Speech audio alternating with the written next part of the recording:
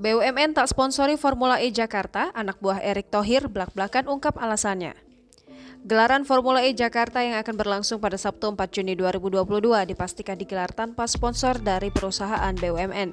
Hal tersebut menjadi perbincangan masyarakat, pasalnya event tersebut merupakan event internasional yang juga membawa nama baik Indonesia.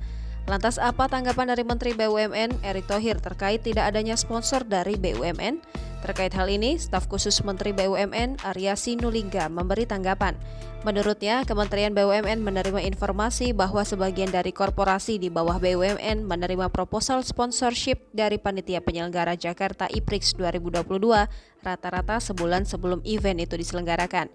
Pihaknya juga menyesalkan adanya pernyataan-pernyataan negatif seakan BUMN tidak mendukung kegiatan Formula E tersebut. Lanjut Arya, dalam mendukung event besar dan berskala internasional, BUMN memerlukan waktu untuk melakukan proses pengkajian sponsorship, termasuk juga melakukan pengkajian secara kelayakan bisnis dan model kerjasama agar memenuhi prinsip good corporate governance.